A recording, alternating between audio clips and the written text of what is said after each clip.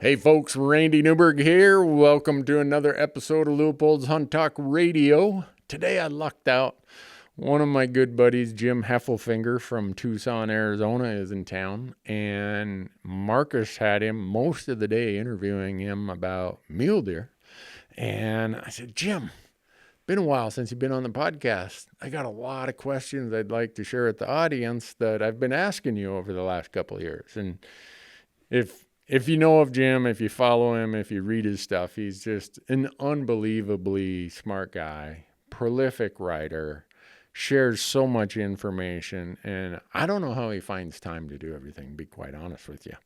But he was up here in Montana, and if I get a chance to have Jim Heffelfinger on my podcast, I'm going to go back through all my old emails I sent him in the last year, and I'm going to write them down, which that's got a sheet full of it here, and share those questions with all of you, because I pick his brain a lot, and I'm very indebted to Jim Heffelfinger, and there's a few others like him who, why they put up with all my questions and all my ignorance, I'm not sure, but I'm really, really thankful that they do. So anyhow, I hope you'll stick around. Jim, passionate hunter, in addition to being a scientist and a researcher, and he's got all kinds of titles, and he leads the Western Association of Fish and Wildlife Agency's Mule Deer Working Group, and he's the coordinator. He's like the guy who coordinates so many things with them, and he's just such a valuable source. Mule deer are having a lot of challenges, and that's a lot of the questions I want to ask Jim are related to that. And he's one of the guys who's helping anyone who has research going on about mule deer. Jim's probably in some way, shape, or form trying to help them out. So anyhow, appreciate y'all being here. Hope you're having a great summer, and stick around for an hour or so, and Jim and I will solve all the world's problems as it relates to mule deer and the importance of science. And maybe we'll get into some of the stuff about how we can trust science, or maybe there's times we shouldn't trust science. So anyhow, here we go.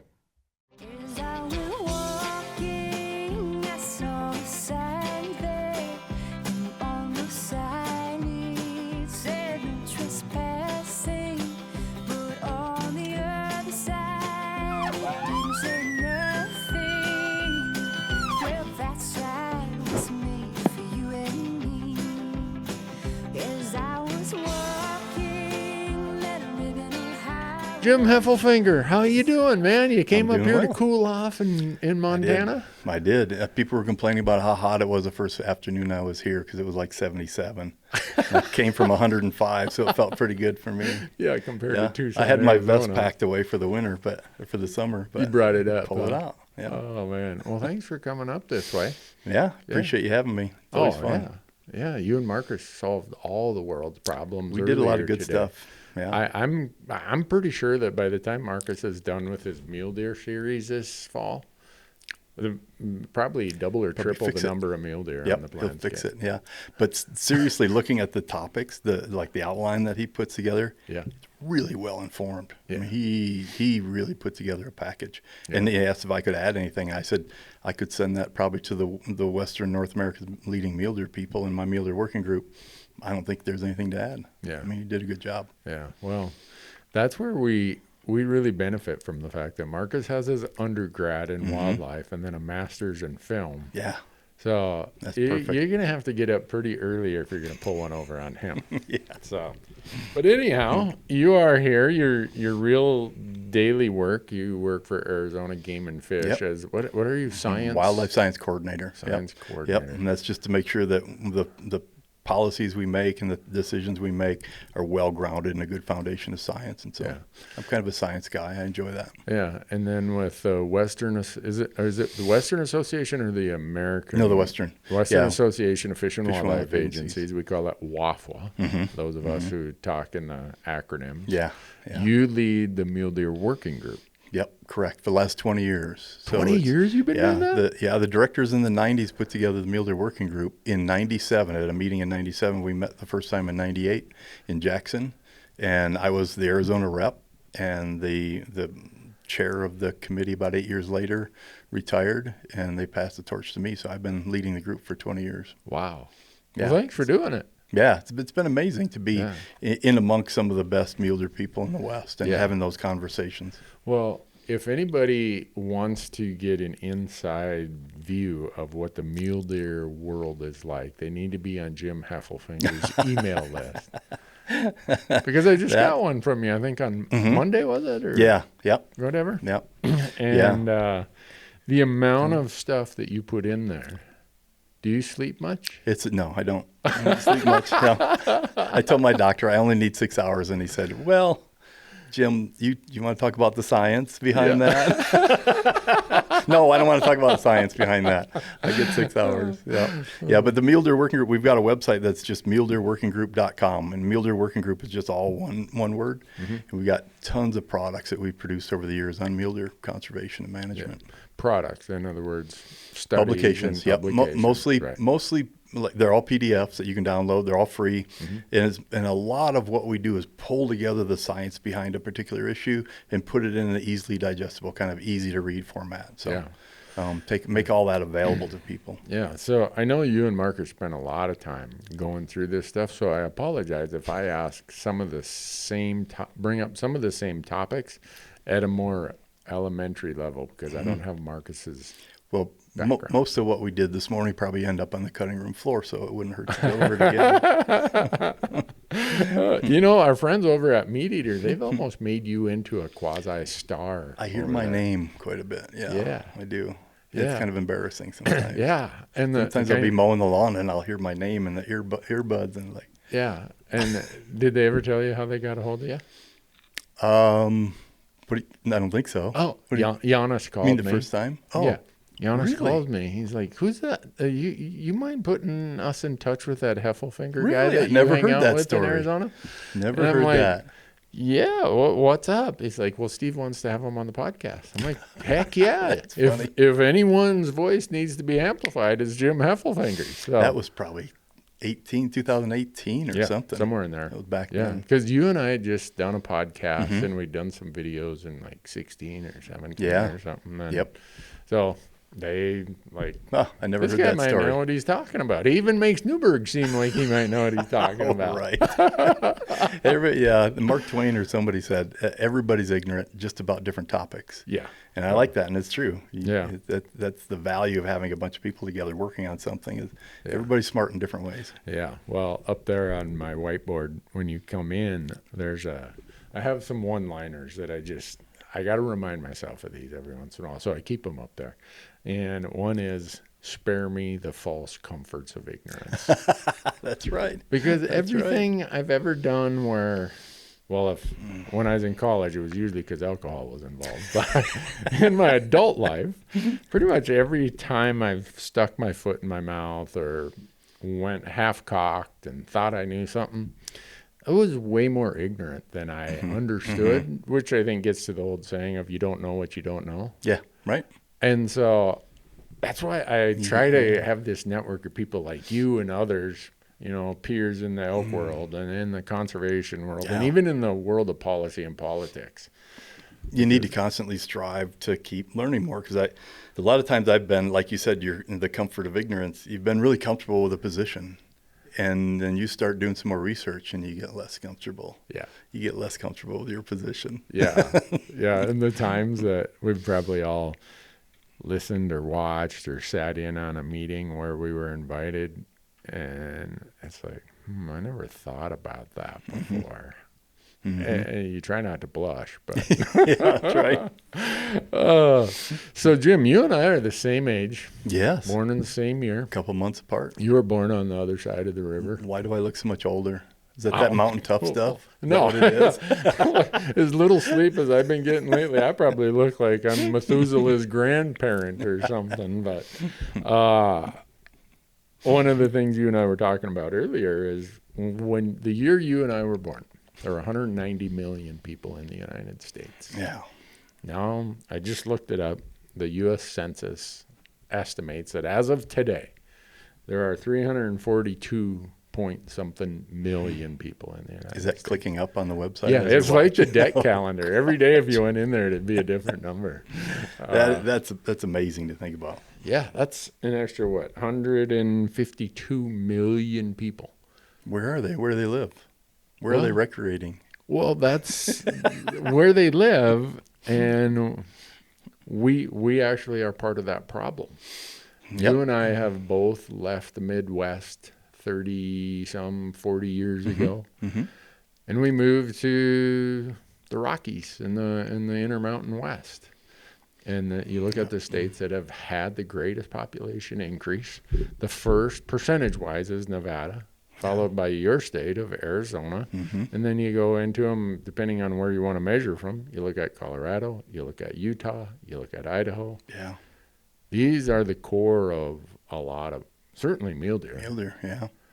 And that much presence on the landscape, and you can measure it or equate it in habitat reduction, human presence. Like, my favorite spot to hike anymore, I almost feel guilty going there because there are so many dogs and dog walkers and hikers and mountain bikers. But as much as I want to get away from that, a part of me says it's probably not helpful if I go find some other desolate piece of the mountain in June when that mule deer is lactating, and I displace her to the next place and to the next place. And then, so using the same footprint. Yeah. So there's just this year-round presence that. Yeah, we talk about development and urban sprawl taking up habitat, but people talk less about the indirect effects of that urban sprawl, and that's the recreation, like the influence into additional habitat that's not disturbed, but that influence and disturbance that lowers the ability of mule deer to use that all the time. Yeah. I mean, I just think about the 20-some years I've been hiking in that spot. You know, I used to go there after work, and there'd be one other car, two other cars. Now there's so many cars there, they had to put a shitter in there. Which I'm glad they did, because it was like, people. Yeah, I know, that's terrible. So that tells you, just in this little part of the world, and we don't seem that populated compared to other parts of the world, how human presence is changing things. Yeah. Which, if you get to a species, maybe tell me if I'm wrong, mule deer are maybe not as adaptable as whitetails. Yeah. Or as adaptable as elk. Would that be a safe? Yeah, I would say not as adaptable as elk either. Yeah. And so we're changing so many things about their habitats and the specifics of what they need when they need it. And we always hear this, wow, you know, back when Grandpa was hunting, there were mule deer everywhere. Yep. And so in my head, I'm like, yeah, that's probably true. And I go back, I read the Bridger mule deer herd right here in the Bridger Mountains north of Bozeman. We used to shoot more mule deer bucks out of that herd than what the current herd is. In the 70s, the Harvest Reports, Dr. Mackey. Richard Mackey. Yeah, did you ever bump I've met him once, I think. Okay, just once. He was, we founded a little rod and gun club here in the 90s. He was there all the time. And if some study came out or somebody stood up and said something that was kind of like barstool biology or coffee shop talk, he'd be like, wait a second, I did this research, or I know something. I mean, he kept everybody honest. Yeah, good. But his data showed, they did the surveys of how many mule deer were taken in the 70s in the Bridger Range. We don't even have that many deer in the Bridger Range as an entire herd now. Boy. And because of the buck to doe ratio, I mean, that's even more significant. Right. And, you know, he would have today been able to say, told you so. Because his statement was mule deer need certain things at certain times of the year. I remember him saying that because we asked him to give a presentation about mule deer. And all of us, we all wanted the Bridgers to go to limited entry. And he's like, that ain't going to help you, boys. But if that's what you want to do, knock yourself out. Well, here we are, you know, a group of 50 of us, we're in such an argument that we're like, well, he's got the PhD and a career of researching. Let's listen to what he has to say. And he said, as long as you guys keep letting these subdivisions go in up here in the critical winter range. Yeah, in the winter range. Yeah, there's going to be deer walking through those subdivisions. Some of them are going to survive, he said. But to think that's good for the long-term future of this migratory herd. He said, I can tell you, they summer on the east side, and as quick as the snow comes, they come over and they winter on the west side. He had all kinds of data. Well, it's been on a limited entry draw since 1998. And every year they have to lower the number of tags. Yeah. Oh, that's so sad. So it's not human harvest. They now, and I'm sure he could have never imagined the everyday activity from the south end of the Bridgers to the north end. Yeah. Yep. I mean, I see that in a lot of mountain ranges that are near some of the cities in Tucson and Phoenix. Yeah. They're just climbing with people. Like on a weekend in the spring, there's just, colored clothing everywhere. Right. And so as leader of that mule deer working group, I've read a few things about how elk are affected by year-round 24/7 type, not non-hunting, but human presence. Is that the same? That's certainly in effect. There's not as much research on recreational disturbance. It's an emerging thing, and certainly there's like states like Colorado talking a lot about it, and so it's a big issue in some areas.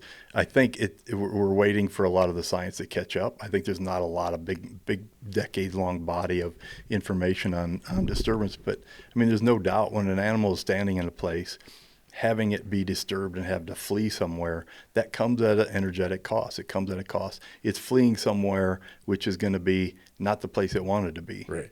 And so there's those subtle effects happening throughout a population.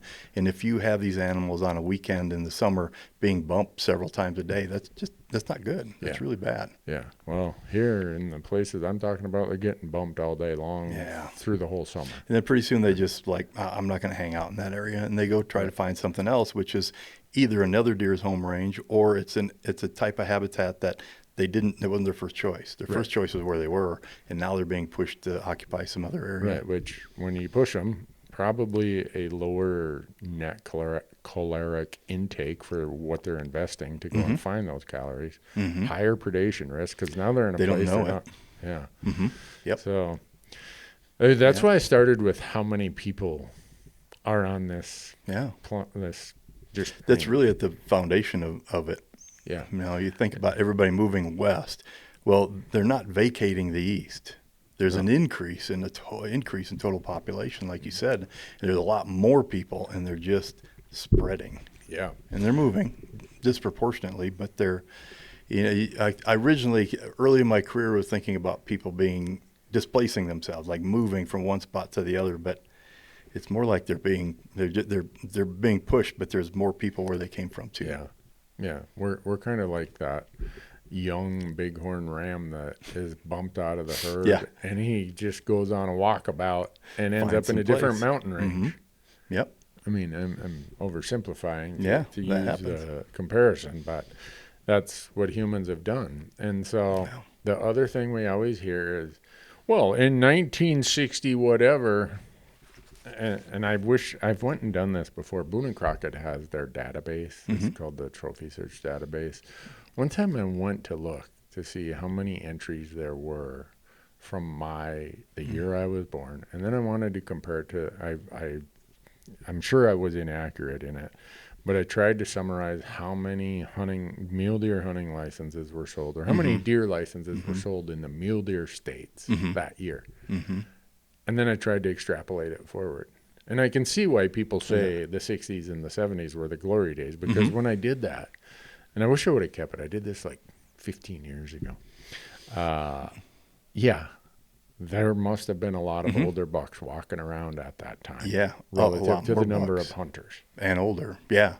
The 50s and early 60s were a big artificial swelling or boom of mule deer, and part of that came from, back in the late 1800s and early 1900s, we didn't have any laws, any restrictions.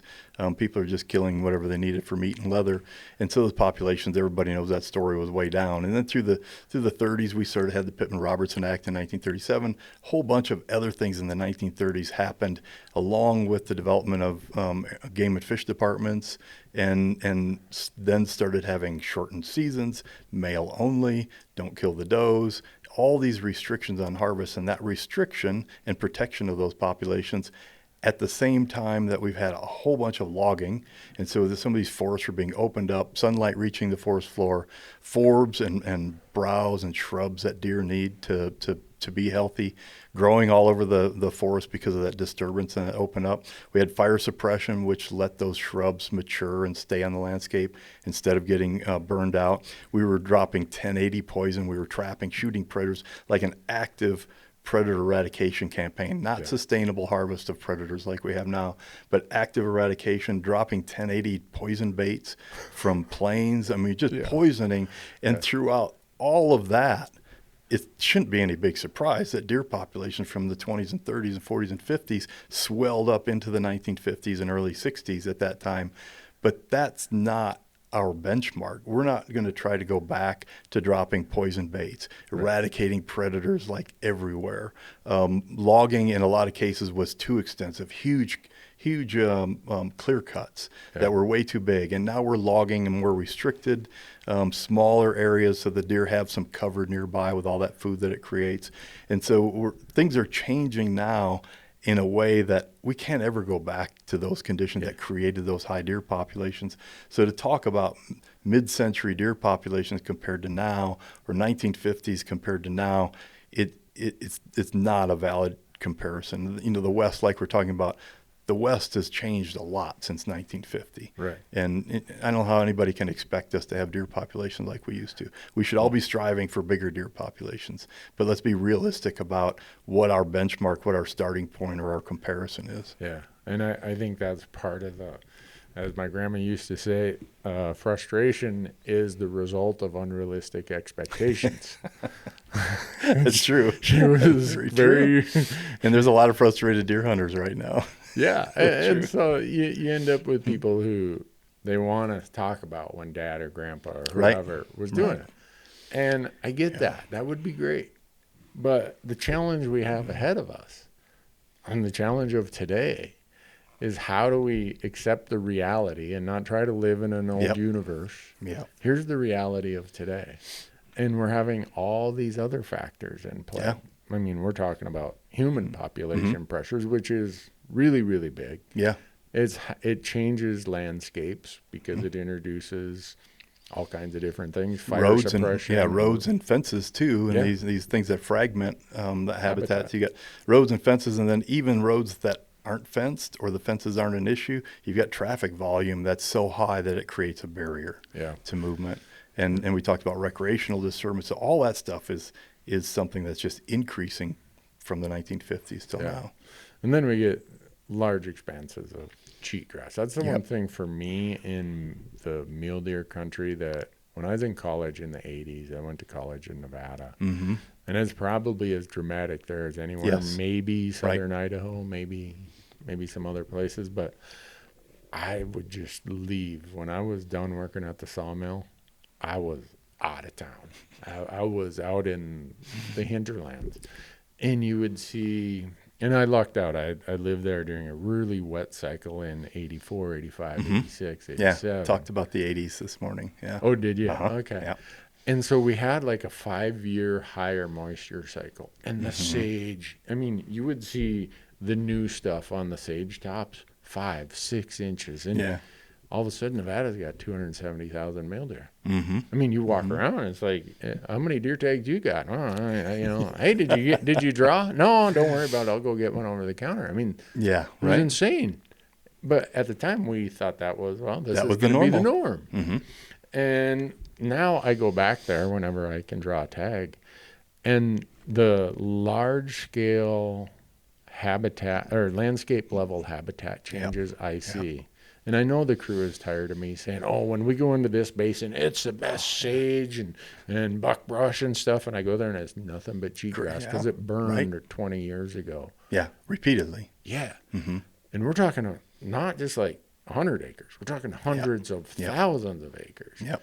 And I'm using Nevada as an example, but you go to Utah, you go to southern Idaho, you go to southeast Oregon.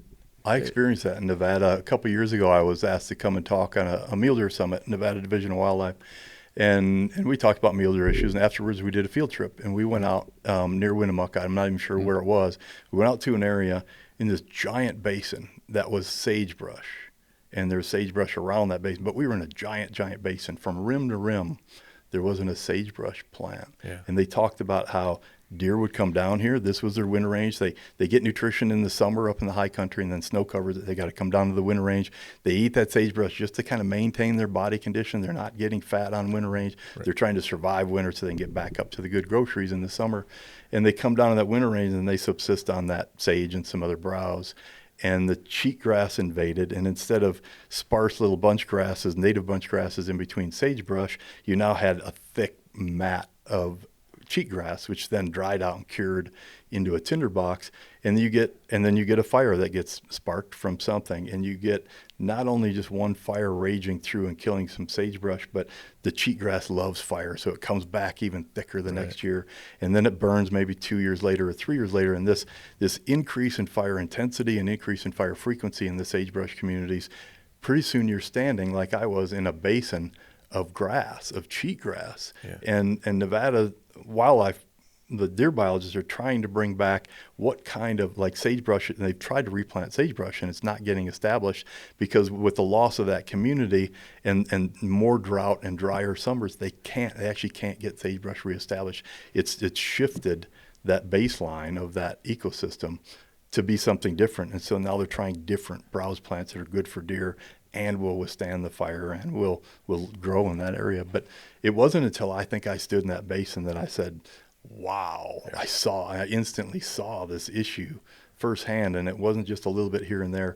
It was landscape scale loss of winter range. Yeah. And that's happening all over the Great Basin. Yeah, and so I try to get specific and call it winter range as you did, or transition range or whatever, because when you say habitat, people just kind of... Pretty nebulous. Yeah, they're like, what does that mean? And so I try to use a term that makes them really think about it.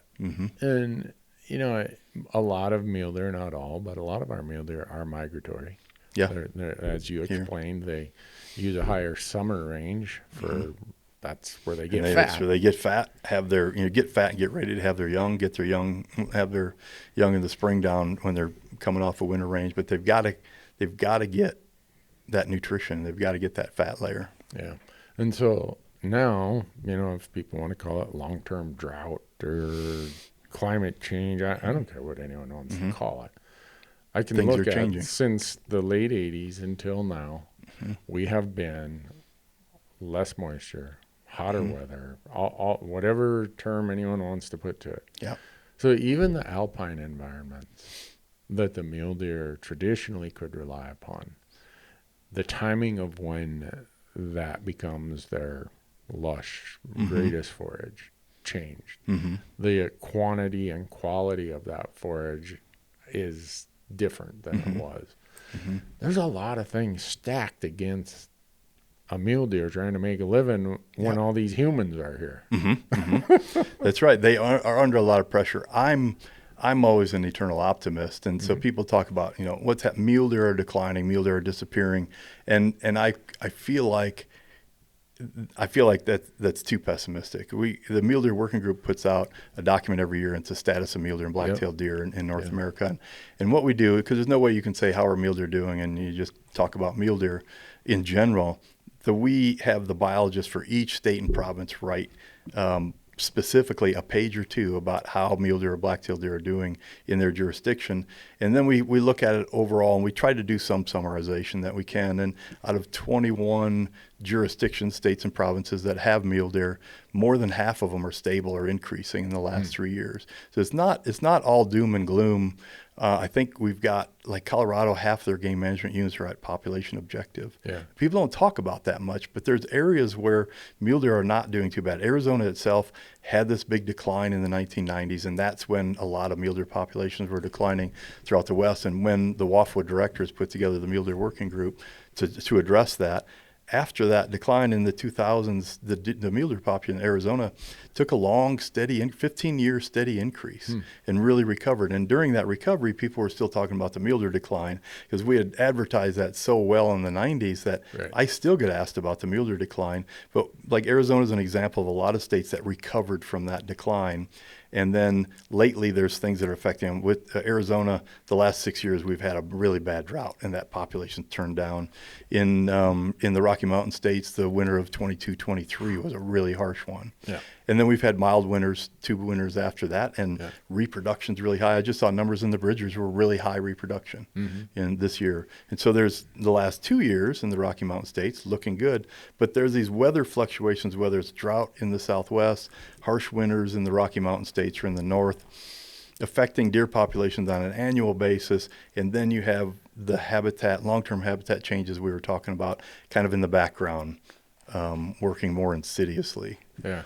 But I'm more optimistic than most. I think if we all continue, everybody that cares about mule deer continues to work at a local level about improving habitat, working on habitat projects, staying in touch with the land management agencies, the Forest Service, BLM, if there's grazing allotments that might need adjustment, staying communicating with those land management agencies for the good of mule deer, and we keep doing everything we can for landscape permeability. I think mule deer have a bright future in occupying what habitat we leave it. And that's what it boils down to, is how much habitat are we going to leave mule deer. And I think they'll do fine in what we leave them. Yeah, what we leave them. That gets into this whole policy thing where I get my butt handed to me because I'm one of these guys who occasionally goes from policy to politics. Mm-hmm. Mm-hmm. And if you really want to stir people up, Jim, become one of these guys who communicate about science. Because in our North American model, we say science as the basis for policy, right? That's one of our 7 tenets. Yep. So when you say that, and then you get over here to this little nodule called policy. Mm-hmm. Where does that come from? That shares the same root word as politics and politicians. Mm-hmm. For a reason. Yeah, I see why you stay over on this side of the fence. Yeah, it's way better over on this side for sure. Yeah. And I saw a quote once. People always talk about just keeping the politics out of science and what we do. And I saw a quote once that says, "We need to get the science out of politics." And I thought that was funny because the politicians trying to pretend like they have the best science and they're really biased in some way. And I thought it was a funny way to look at it is let's keep the science out of politics. Yeah. Well, we're going to get into that because one of the things on my list of topics I want to cover, because you are the science guy, is the fact that society has lost a lot of trust in science. And I think politicians wanted it. Kind of maybe, that way, but let's wrap up mule deer and habitat and stuff like that. So you are an optimist. I've known you for 10 years, and you are definitely an optimist, right? Which you should be. Both your parents are in their 90s. So. That's right. That's right. Maybe that's where my optimism comes from. I mean, I only got a year to go, and I'll have outlived my dad. Oh, yeah, so, right. I know a lot of friends that have already. I'm very fortunate. So I can see why you're such an optimist. But I think you are by your very nature. I would love to think about how mule deer has this bright future. Because I do read way too much stuff about CWD, about this disease, about that concern, about predation, about habitat, about migration.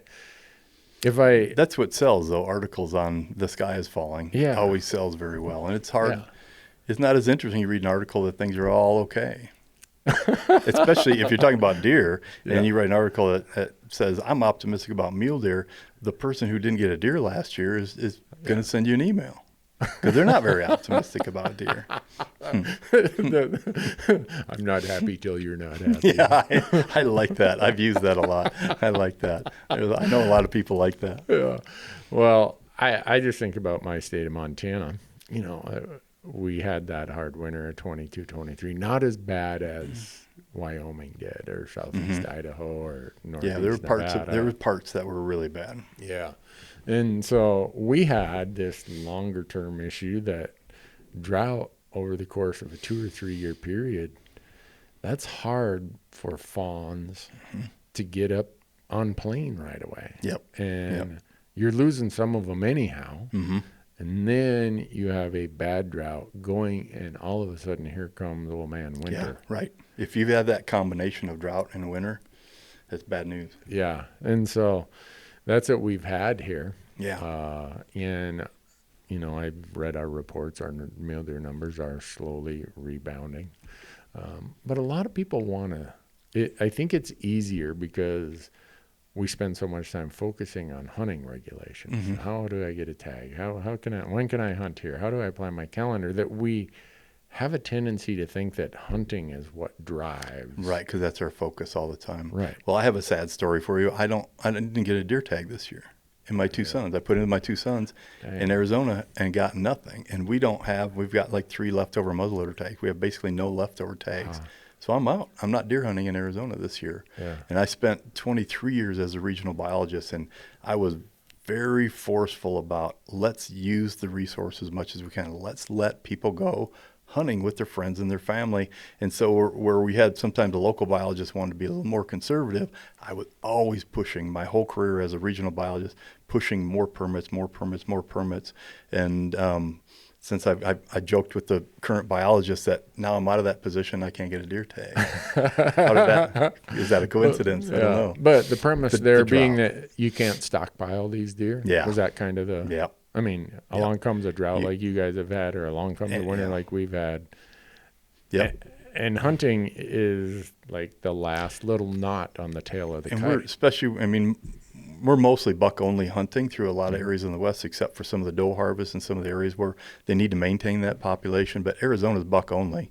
And so removing those bucks is not affecting the abundance of deer in the population, the habitat, the environment, and rainfall. Frankly, in Arizona, in the desert, rainfall is just almost everything. And people don't like to hear that. It's like the biologists are just folding their hands and saying we can't do anything about it. It's just rainfall. But in areas like the Sonoran Desert, you can't go in there and improve the Sonoran Desert. You can keep your eye on grazing. You can put some water catchments out to distribute water, but you don't go in and put a food plot in, and you don't go in and plant browse among the saguaro cactus. I mean, there's not a lot you can do in some environments, and it is rainfall driven.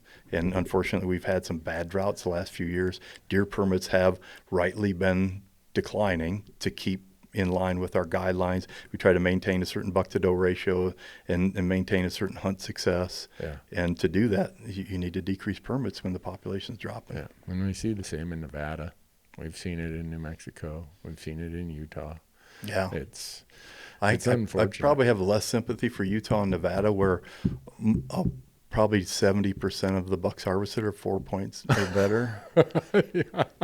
Come on, let's start using some of those mule deer. Well, have you ever sat and listened to a Nevada commission meeting? I try to watch. Years ago, I did. We had some issues that I try to watch as many of the commission meetings in the spring as possible.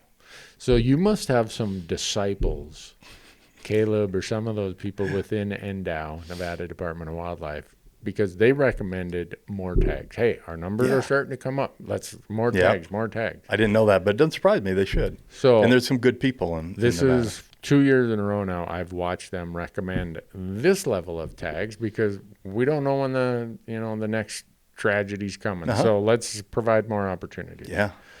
And nothing against their commission, but a lot of them are older than I am, and they've kind of hunted and filled freezers, and now they're kind of in that phase of hunting where I just like, even if I don't fill a tag on a big buck, I like seeing big old bucks. Mm-hmm. Mm-hmm. And so they throttle those tag numbers down. Yeah. And what's the biologist going to say? Hey, you can't do that. The agency director and the biologist work for the commission. Right. There was a number of years back where I think it was a Nevada commission that just cut tags 25% across the board. Mm-hmm. Yeah, that was 2 years across the ago. board. Yeah. Oh, it was more than 2 though. What I was thinking of was more than 2. Okay. And just like there was no biology behind that. We just want to be more conservative overall, and we're just going to cut 25%. Yeah. And then pretty soon you got 60% of the bucks harvested are 4x4s, and you have a whole bunch of people sitting home watching football because they can't go deer hunting. Exactly. And so there's always that balance, and that's the hunting part of it. And I get if you're a commissioner You got one person down at the coffee shop complaining they didn't get their tag this year. You got another person complaining, I had a tag last year and I didn't see any 4 points or enough 4 points. And so they're in a tough spot. They're kind of that shock absorber that tries to take the science and the modeling and the public and give, be the go-between for what the social pressures are from the public on that. And social pressures can't be dismissed because wildlife agencies, the public owns the wildlife. The wildlife is a public resource. Wildlife agencies as trustees, manage the wildlife resource for the public. Yeah. And so an agency as trustee can't ignore what the benefactors want. Yeah. And so even if there's things, we talked a little bit about antler point restrictions. So even if there's things that agencies have tried and they've not been successful, like antler point restrictions, sometimes 10 years later, there's a faction that rises up and demands antler point restrictions, and no science in the world is going to deter them from their mission. And so sometimes an agency, using in their public trust responsibilities, will open a couple units to antler point restrictions because that's what some segment of the public wants. So there's a lot of give and take, and it's not, I don't ever see as a biologist for 34 years, if for a state agency, I don't ever see that like giving the public something they want, even if it doesn't make sense. I don't see that terribly negative. It's just part of the public trust responsibility of managing the way people want to manage. Yeah. I mean, when we end up hearing about here in Montana is predators. It's predators. And so I'm like, predation is definitely a factor. The more compromised the habitat, the higher the rate or amplitude. The more impact on the population. On the population of predation. But I'm thinking to myself, well, let's see. I can hunt wolves from September to March. I have a spring bear season and a fall bear season, and I get that tag over the counter. I can hunt coyotes 24/7, 365. I got a bobcat season. There aren't a lot of bobcats here, but I can go do a lot of bobcat hunting and trapping. We have lion quotas that are high enough that they never get filled. So when I'm asking you, Mr. Game Manager, to do something about predation, it's like, well, what more can I do? You want us to send state employees out there to fill these quotas? Some of them might want helicopters involved, but an agency's not going to do that to the native predator guild. And so I get it. Some people just they're looking, they're frustrated and they're looking for a solution. But all of these are really complicated problems that are not going to be solved by raising the lion quota. Yeah, and predator management and nutrition or habitat go so closely hand in hand. Like you said, if habitat conditions are so good, predators can't keep up. They just can't. The deer population increases no matter what predators are doing. Yeah. If habitat's in bad shape or you get into a drought, then that's when predators have a greater impact. So predators don't drive deer populations down. Predators can accelerate a decline that's caused by bad habitat conditions. Yeah. And as they're at low levels and the deer population's recovering, predators, especially if it's kind of out of whack, predators can actually dampen or slow that recovery, but it's more of an effect on what the habitat's driving the population to do. Yeah. Well, there's all these things that are out there that if the point of the commission having to listen to the social side of it, the human side of it, I think about how different every state is in their mule deer management. And that's how it should be. Right. Because every state has a different hunting culture, a different hunting history. Yep. Now, in Montana, we let anyone who is a resident go down to the hardware store and buy a deer tag. And with a rifle, you can hunt from the last Saturday of October till the Sunday after Thanksgiving. In pretty much all of our mule deer units. Not all, but pretty much all. That is a social thing in Montana that anytime they've talked about tweaking that's right. I think that's more volatile than a fee increase. Yeah. I remember in Wisconsin, they've always had a 9-day gun season in November. Always a 9-day gun season. And one year they said, how about we do 2 weeks? We just give you guys 2 weeks. And the hunter said, no, We have a 9-day gun season. Get that into your head that we have a 9-day gun season. That's what we have. Don't start messing with it. And so, people will say, well, we should do this and we should do that and we should do this and we should do that. And I think it's worth considering everything because every state doing something different, you're going to learn a little bit more about, hey, that worked there. That's a different landscape, or this changed. And guess what? This was a good solution. So it's worth considering all that. But a lot of people get on because they don't get that worked up fighting and arguing about mule deer regulations. Because I know in the long run, it probably isn't that big of a difference. But you're right. The hunting aspect of we it. focus on that 100%. But we have professionals making sure that there isn't an overharvest. Professionals making sure that if the population is running over carrying capacity, they turn on some doe tags and they reduce that reproductive potential. And if the population's down, they take away doe tags. There's professionals doing that. Yeah. And so we've got kind of someone at the wheel on that aspect. And we need to be paying attention to the main things that drive abundance, not buck-to-doe ratios and hunt success.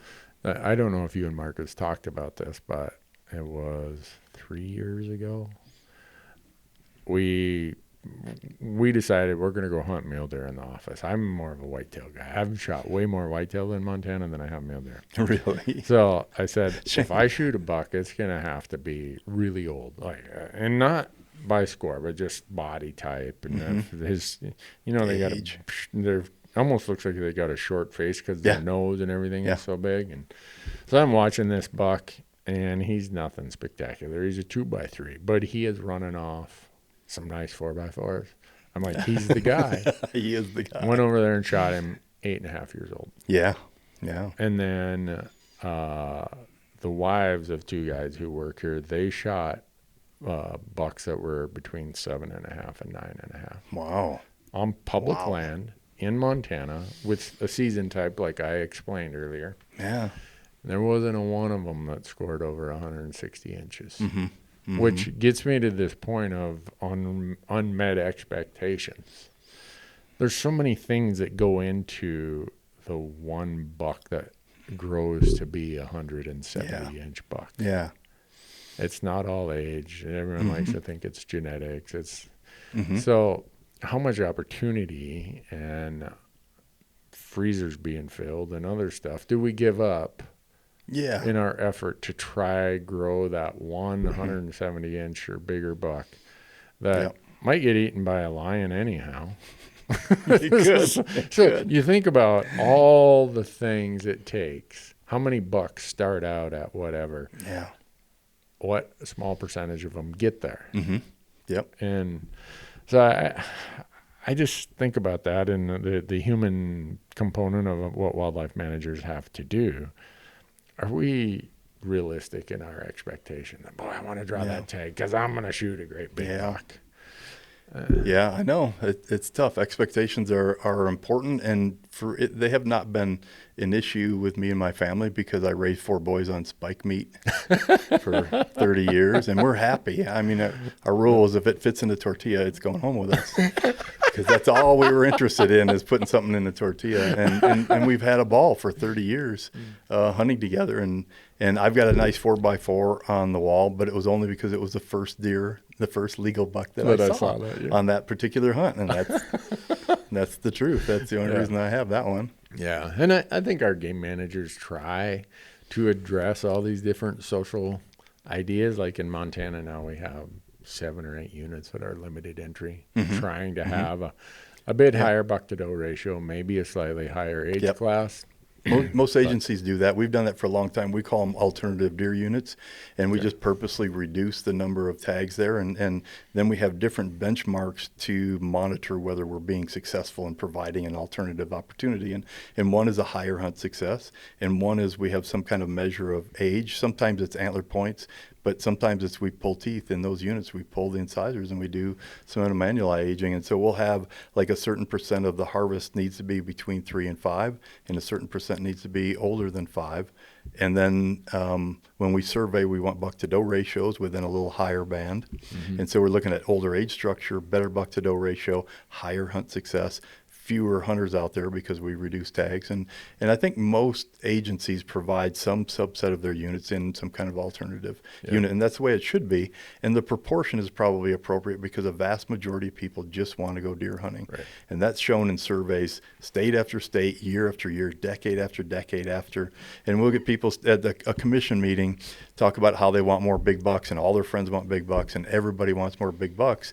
And that conflicts with scientifically and statistically valid surveys of the hunting public, which continues to show people just want to go deer hunting. But that doesn't mean that we don't provide some areas for those people that are perfectly willing to wait out 3 years for that other opportunity. Well, my chance to shoot a great big buck was in your state in 2007, almost 20 years ago. 2007. I was one of the max point holders, and I drew the Arizona Strip in a terrible drought year.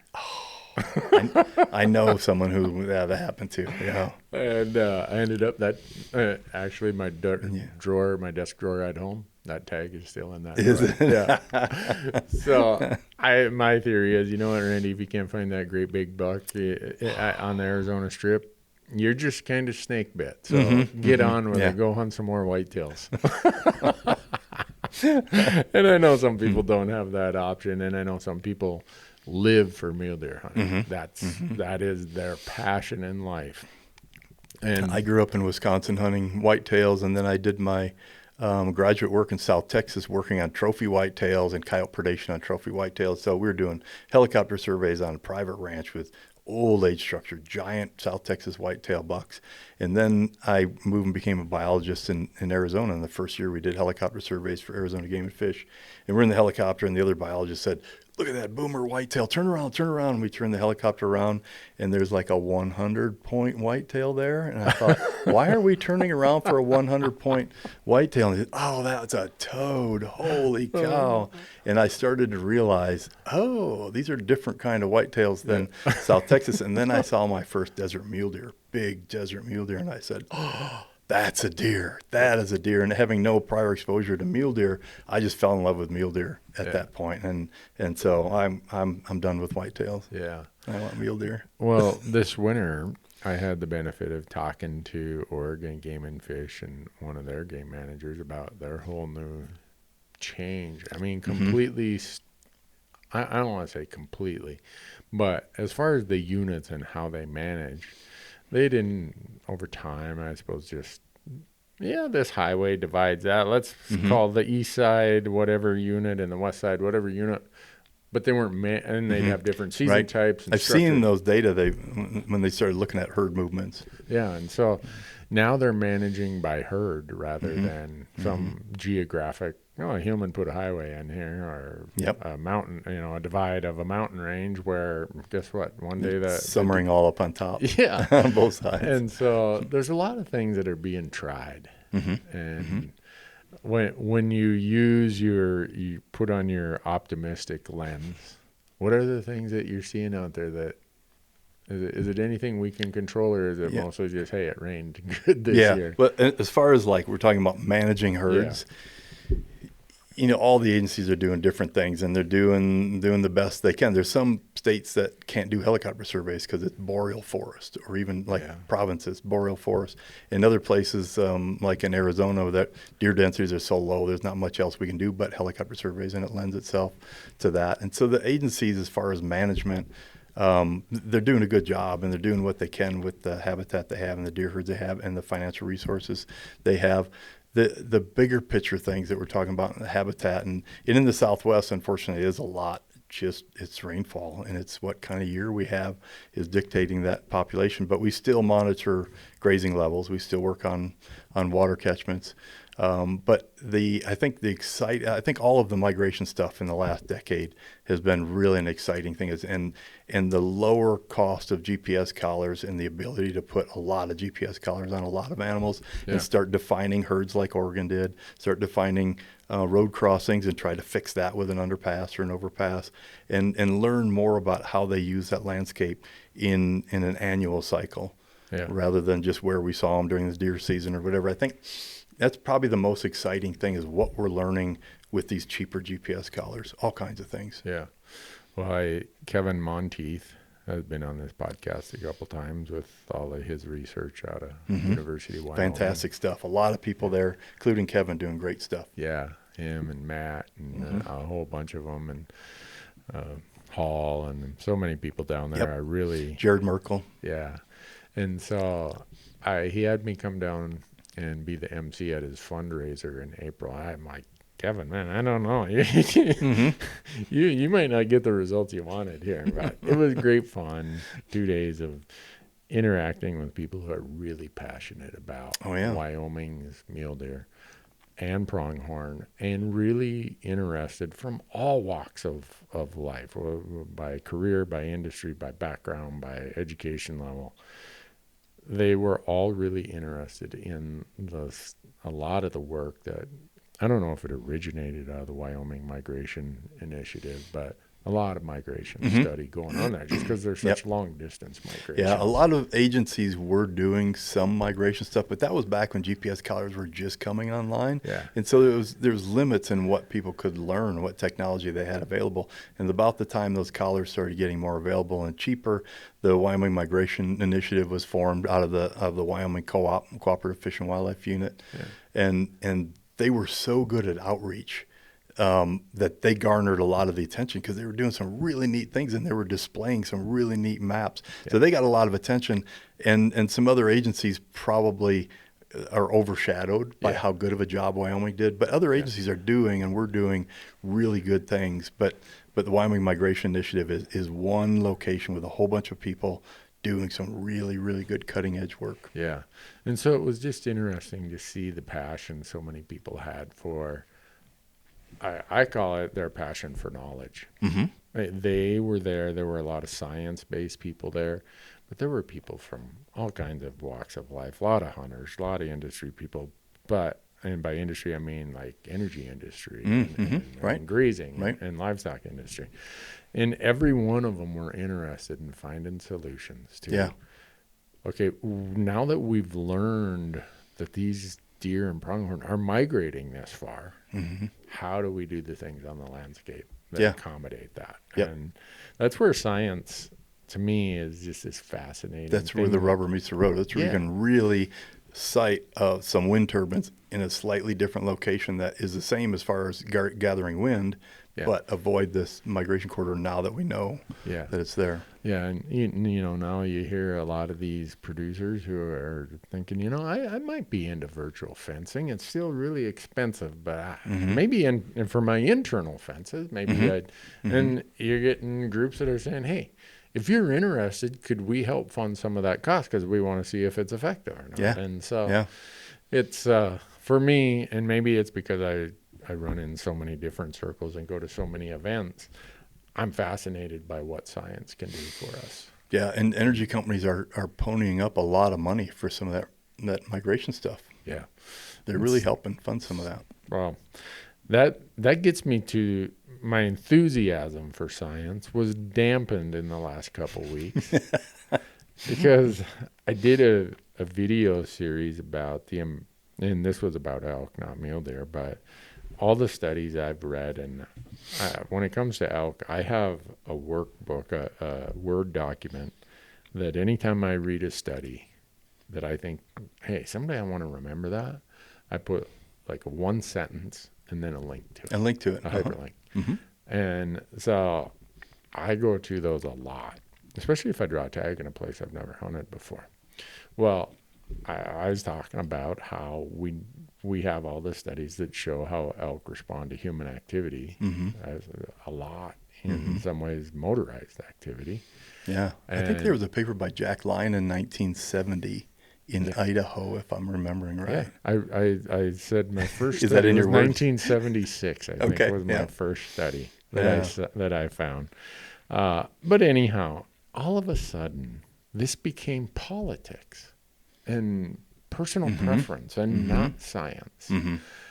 And so when I'd push back on some of these people, well, can you show me the science that shows that elk benefit from more roads and more motorized travel, and why more elk stay on public land when we open up the public land to unmanaged motorized travel? I'm not saying that just because there's a road, elk go 100 miles. Yeah. But the study's done. There's a definite relationship to the amount of roads and the health of that elk herd and their preference of where they want to be. Yep.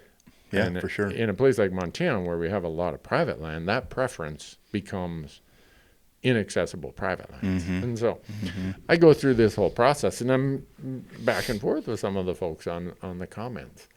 And very often when people just were tired of my asking and probing, they're like, well, I just don't trust the science anymore. You know, that's the default when you push them enough. Yeah, and you're kidding yourself, Randy, if you think science is unbiased, which gets back to your point earlier of how about we take the science, did you say take the science out of politics? Politics, yeah.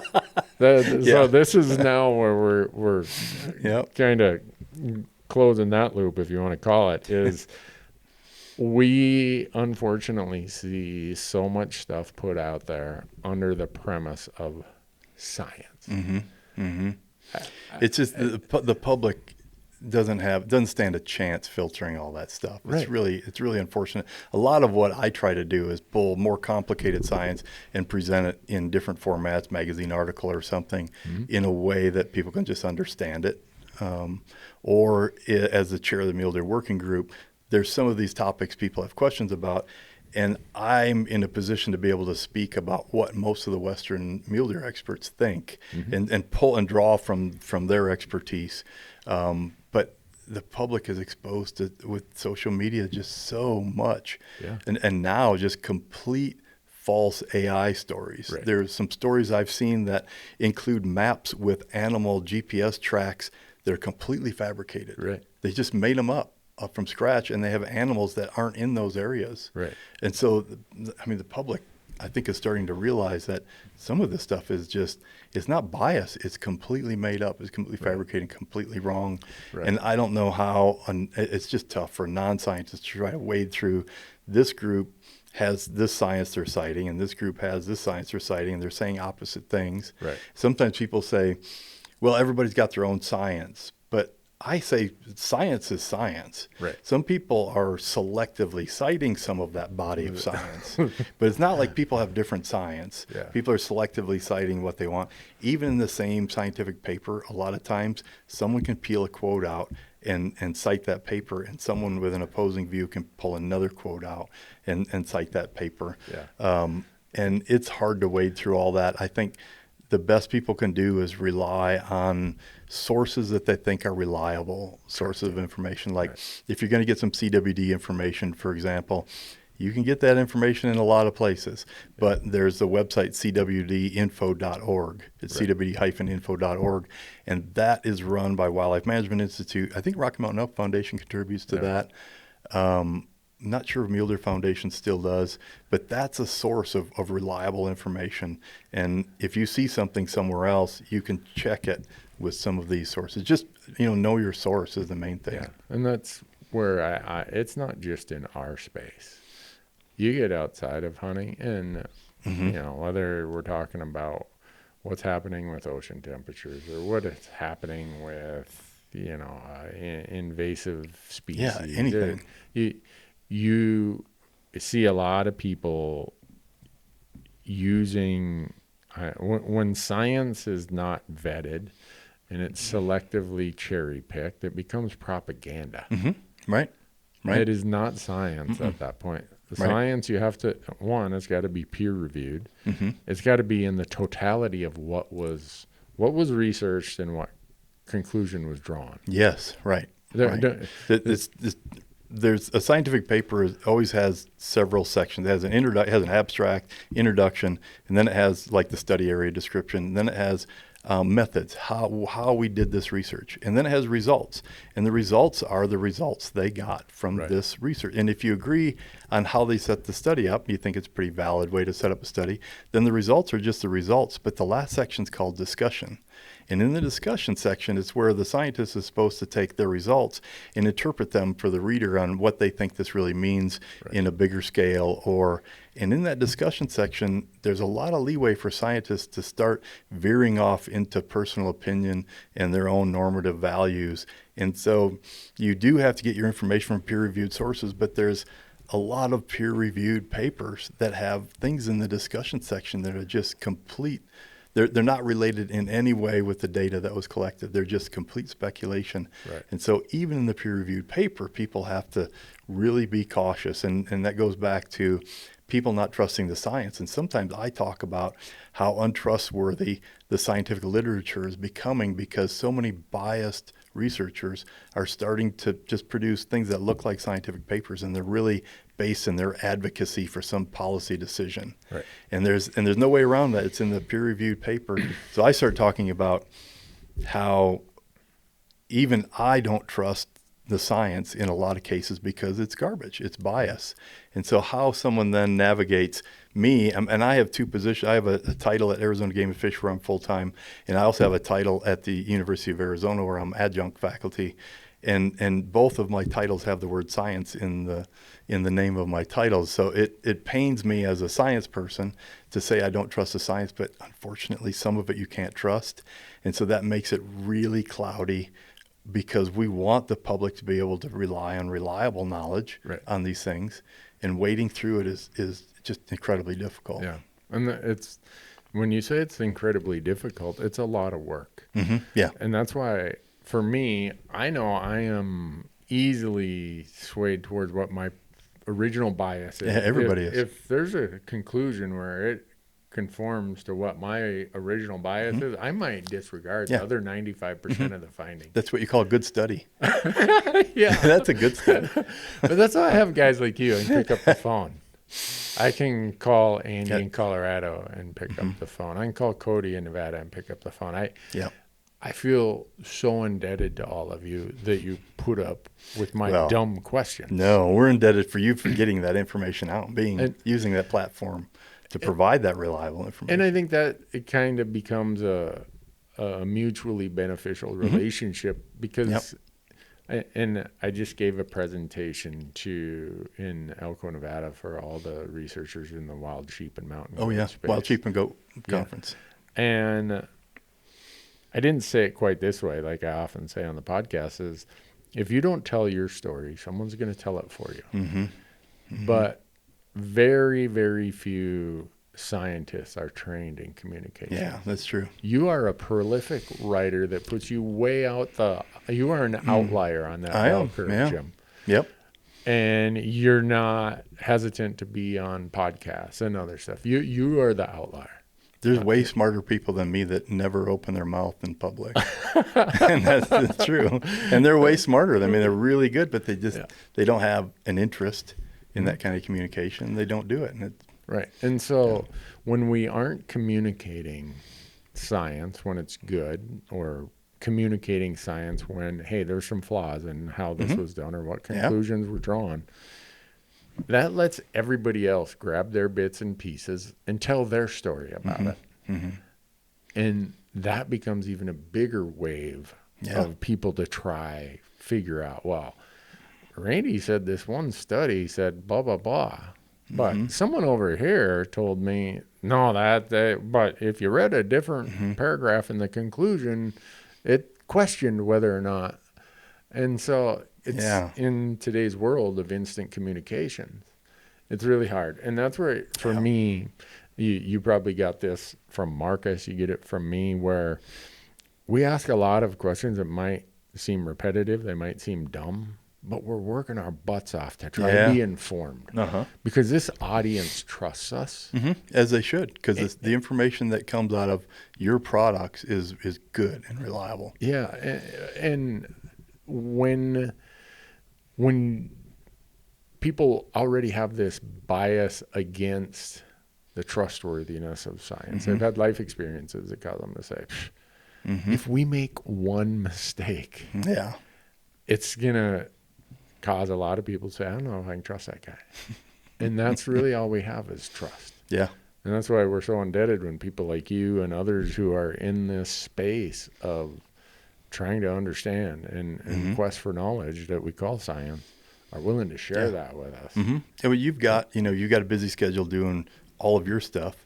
And then I have a busy schedule, but it's part of my job to be taking a deep dive into some of these scientific issues. And And it'd be kind of a waste of time if I didn't use that time that I spent learning to try to share some of that with other people. Yeah. I mean, some of the most simplistic things here's then this other tangent I find myself going on in a lot. I've spent the last 5 years probably doing a lot of study about human behavior and how humans make up their mind and how they determine what they're going to believe, not believe. It's fascinating. I've heard that there's a huge body of literature, but I haven't been in it. Yeah, and it is just fascinating for me because I have to hopefully gain the trust of people who are just doubters or skeptics of like, you know what, fool me once. You know, and so I got to try put myself to where are they coming from? What are they thinking about?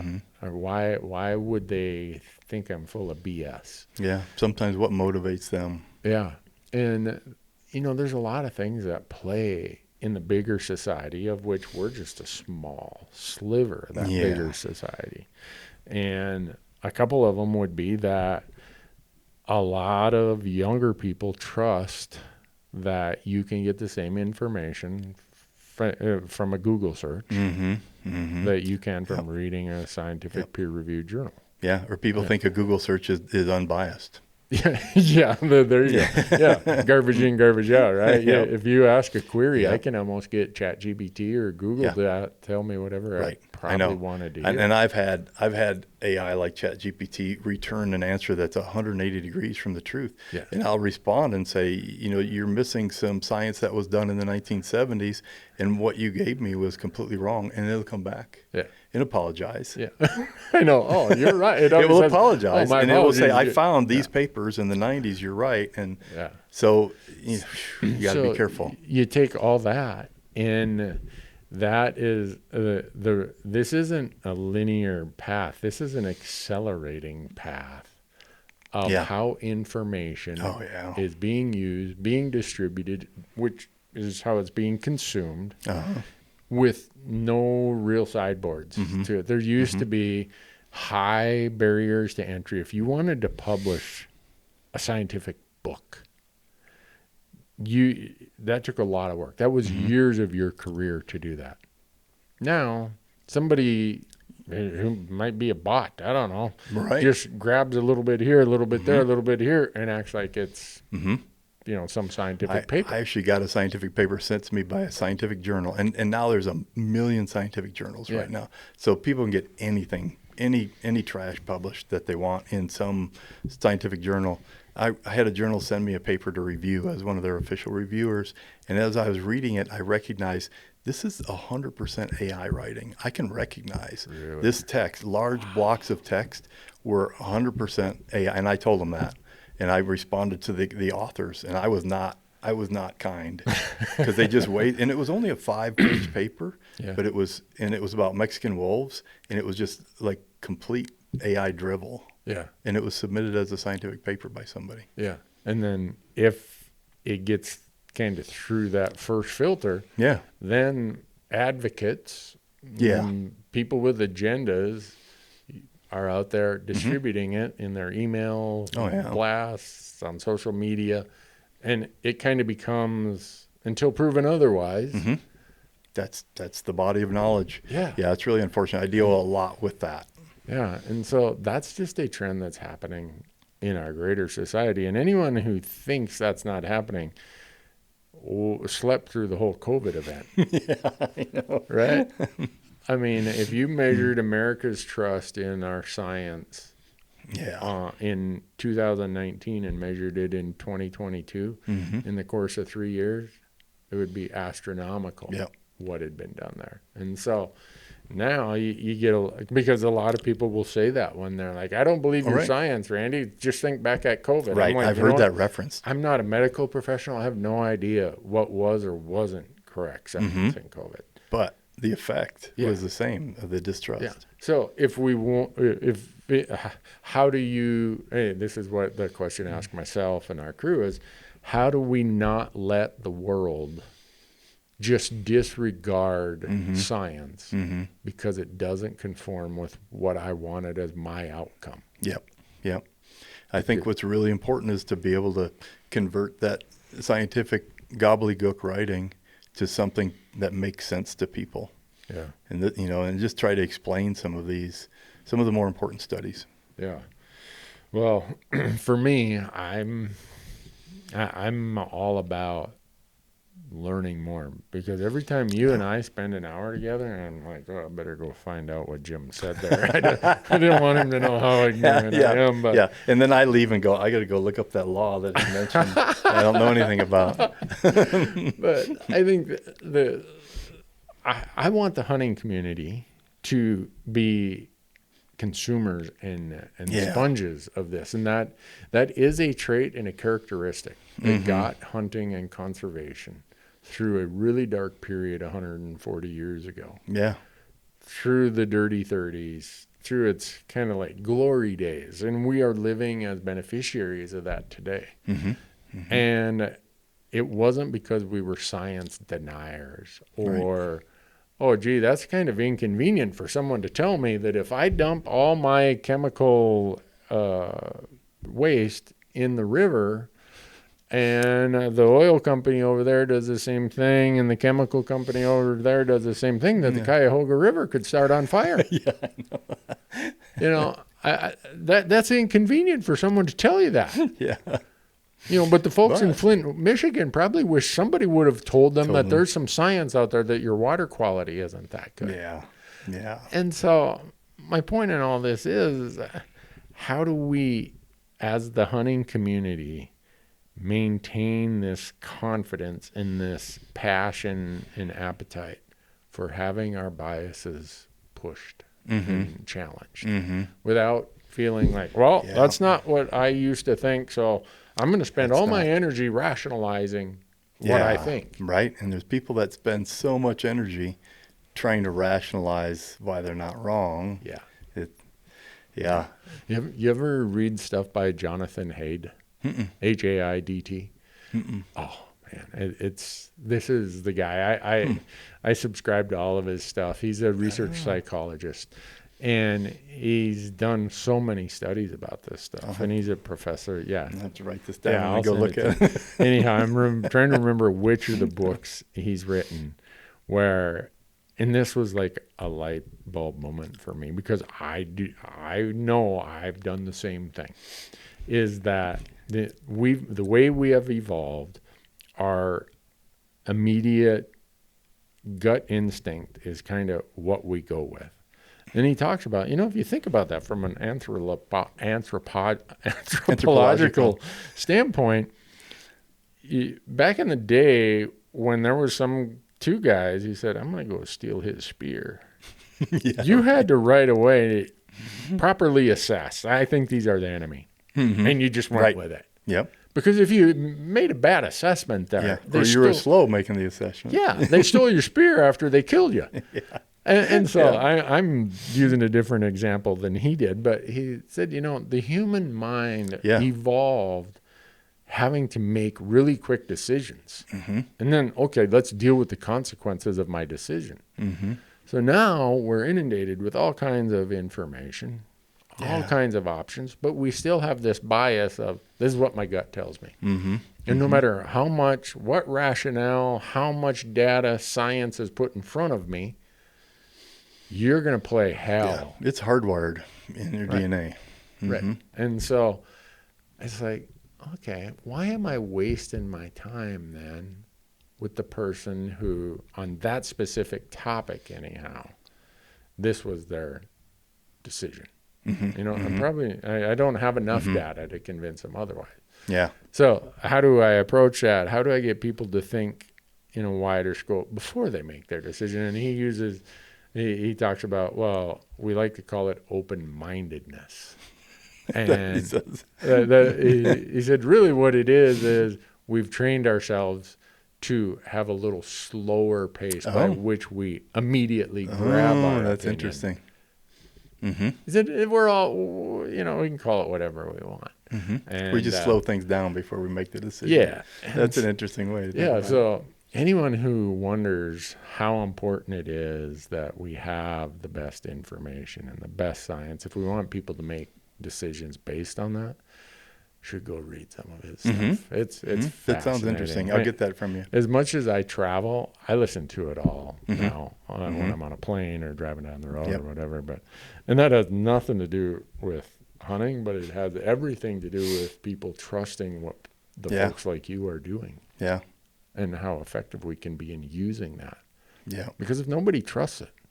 Yeah, I spent a lot of time in scientific fights, but for good reason. I'm glad to, because someone needs to fight back on some of this stuff. Yeah.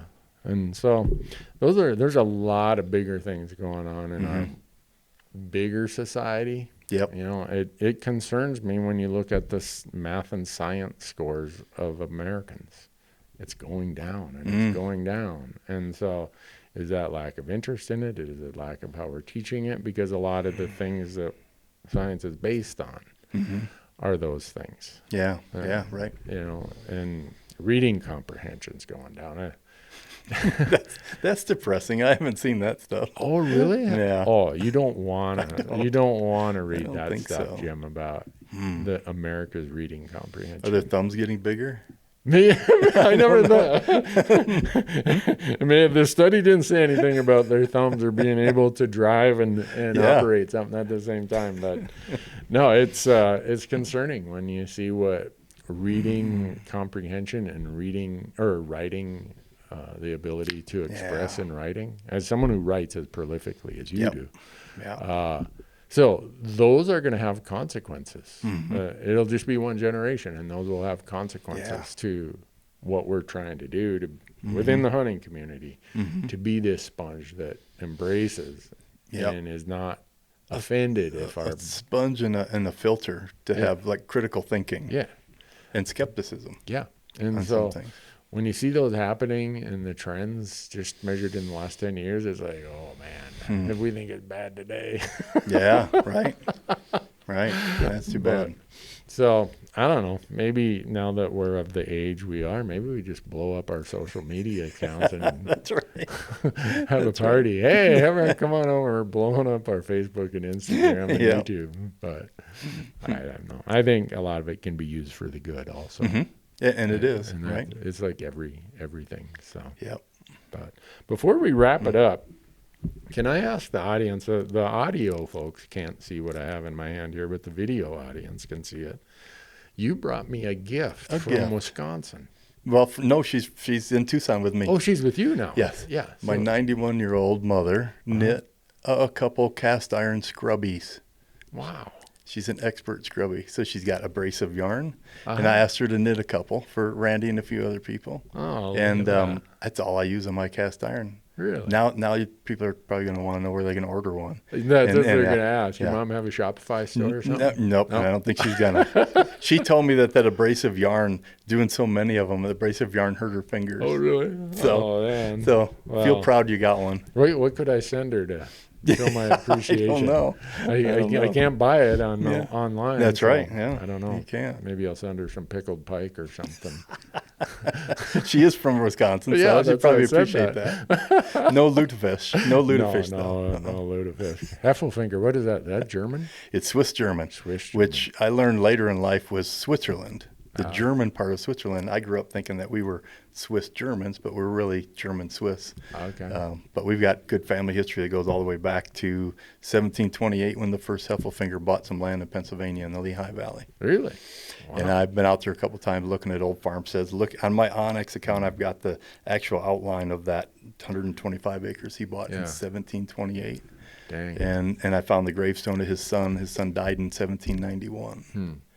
So the first Heffelfinger lived and died in the colonies before it was America. Really? I'm a recent carpetbagger, Jim.